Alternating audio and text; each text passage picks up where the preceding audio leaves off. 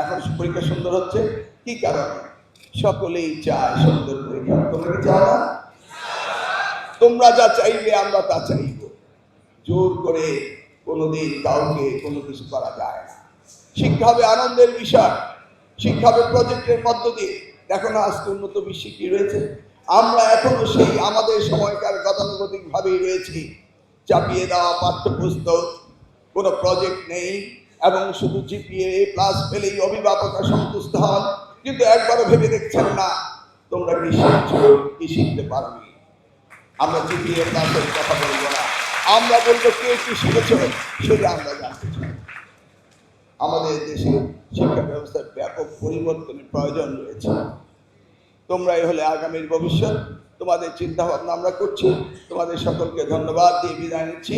এই প্রোগ্রামটি তোমাদের এই স্কুলে অনেক সাশ্রয় সাধন করবে, এবং বর্তমান সরকারের প্ল্যান রয়েছে 2030-এর মধ্যে 2000 মেগাওয়াট সোলার এনার্জির বিদ্যুৎ উৎপাদন করতে হবে।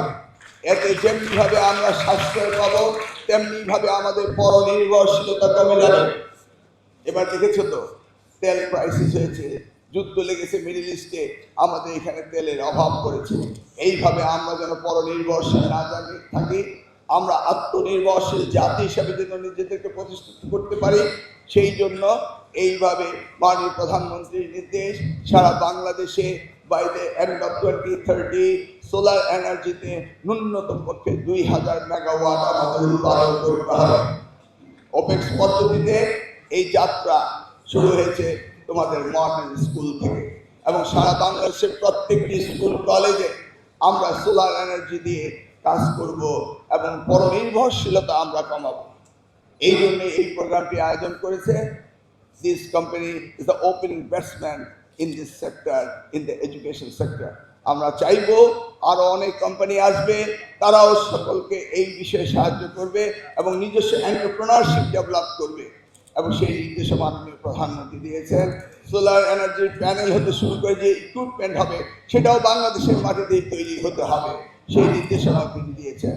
আমি আর বক্তব্য বাড়াচ্ছি না, সকলের কাছে আমার আশা রইল আমাদের সকলকে আনন্দমুখর ভবিষ্যৎ দেওয়ার জন্য তোমাদের দিকে আমরা তাকিয়ে রইলাম। ধন্যবাদ। আল্লাহ হাফেজ।